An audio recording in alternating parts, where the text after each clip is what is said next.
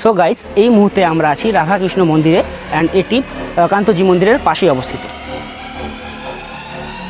স্থানীয়ভাবে এই মন্দিরটি রাধা গোবিন্দ মন্দির নামেও পরিচিত। কান্তজির মন্দির দেখার পর রাধাকৃষ্ণ মন্দিরটা ঘুরে দেখলে পুরো স্থাপত্য আর ধর্মীয় পরিবেশের এক সুন্দর সমন্বয় উপভোগ করা যায়। আসসালামু আলাইকুম গাইস, আমি মোহাম্মদ সিরাত ইব্রাহিম অন্তর, দিনাজপুর ওআরসির মডারেটর। আজকে আমি দেখাবো আপনাদেরকে দিনাজপুরের কাহারোল উপজেলার কিছু ঐতিহ্যবাহী স্থান, যেমন কান্তজি মন্দির, নয়াবাদ মসজিদ, তেভাগা চত্বর অ্যান্ড জাদুঘর সহ আরও দর্শনীয় নানান প্লেস। এই দর্শনীয় স্থানগুলোতে আপনারা কিভাবে যাবেন তার সকল প্রপার গাইডলাইন আমি এখন আপনাদেরকে দিয়ে দিব, অ্যান্ড কোথা থেকে আপনাদের গেলে সুবিধা হবে সেটাও আমি আপনাদেরকে জানিয়ে দেব। এই এক রাস্তার সূত্র ধরে আপনি তেভাগা চত্বর, কান্তজি মন্দির, নয়াবাদ মসজিদ ও জাদুঘর সব কিছু ঘুরে আসতে পারবেন। বাইক অথবা কার ব্যতীত আপনি যদি কান্তজি মন্দির যেতে চান তাহলে আপনি খুব ইজিলি কলেজ মোড় থেকে সিএনজি অথবা অটোতে খুব সহজেই চলে যেতে পারবেন। অটো অথবা সিএনজিতে আপনার যেতে আনুমানিক কত টাকা লাগবে তা ডিপেন্ড করবে আপনারা কয়জন যাবেন এবং কতক্ষণের জন্য যাবেন, অর্থাৎ আপনি যদি রিজার্ভ করে যান সেটার উপরে ডিপেন্ড করবে। 4-5 জন মিলে যদি অটোতে যান তাহলে আনুমানিক 500 টাকা খরচ হতে পারে। সো রাইট নাও আমরা চলে যাচ্ছি এখন কান্তজি মন্দিরে। মন্দিরে প্রবেশের পর আমরা মন্দিরকে নিয়ে কিছু বিস্তারিত আলোচনা করব। So hello everyone, right now আমরা কান্তজি মন্দিরের ভিতরে প্রবেশ করে ফেলছি। দিনাজপুরে দাঁড়িয়ে আছে বাংলার ঐতিহ্যের এক অনন্য নিদর্শন কান্তজি মন্দির। রাজা পূর্ণনাথের মৃত্যুর পর তার পুত্র মহারাজা রামনাথ এই মন্দিরটি নির্মাণ করেন। মন্দিরটির কাজ শুরু হয় 1722 সালে এবং শেষ হয় 1752 সালে। মন্দিরটিতে রামায়ণ, মহাভারত ও কৃষ্ণলীলার বিভিন্ন দৃশ্য টেরাকোটা ফুটিয়ে তোলা হয়েছে। সো গাইস, এই মুহূর্তে আমরা আছি রাধাকৃষ্ণ মন্দিরে অ্যান্ড এটি কান্তজি মন্দিরের পাশেই অবস্থিত।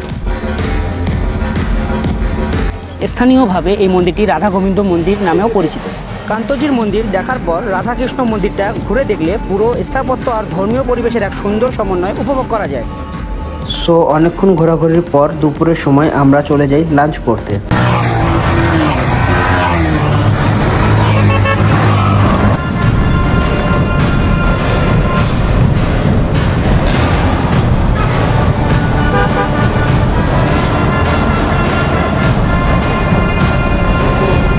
সো ফাইনালি আমরা চলে আসি 10 মাইলের এক বিখ্যাত বাংলা হোটেলে। হোটেলে ঢোকা মাত্রই আমরা অর্ডার দিয়ে ফেলি এখানকার বিখ্যাত খাসির মাংস, ডাল, পেঁয়াজের সালাদ, শসার সালাদ ইত্যাদি।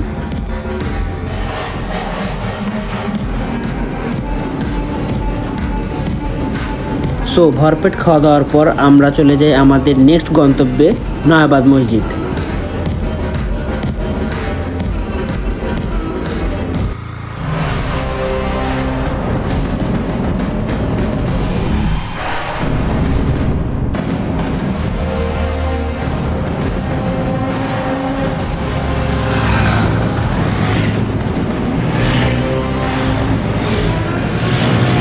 সো ফাইনালি আমরা নয়াবাদ মসজিদে প্রবেশ করে ফেলি। আমরা আছি দিনাজপুরের নয়াবাদ মসজিদে, আর এটি কান্তজি মন্দিরের পাশেই অবস্থিত।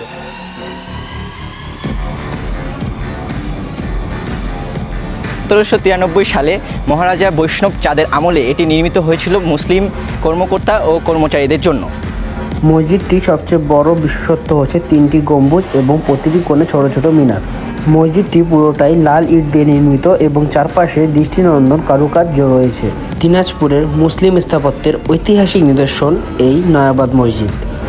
নয়াবাদ শেষে আমরা এখন চলে যাব কান্তনগরের প্রত্নতাত্ত্বিক জাদুঘরে, যা কিনা কান্তজি মন্দিরের পাশেই অবস্থিত।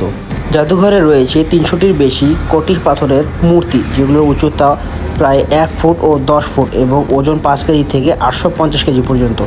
এছাড়াও রয়েছে প্রাচীন স্বর্ণ ও রৌপ্য মুদ্রা, বিভিন্ন যুগের ব্যবহার্য সামগ্রী, ভাস্কর্য ও অন্যান্য প্রত্ন নিদর্শন, যা উত্তরবঙ্গের ইতিহাস ও ঐতিহ্যকে তুলে ধরে।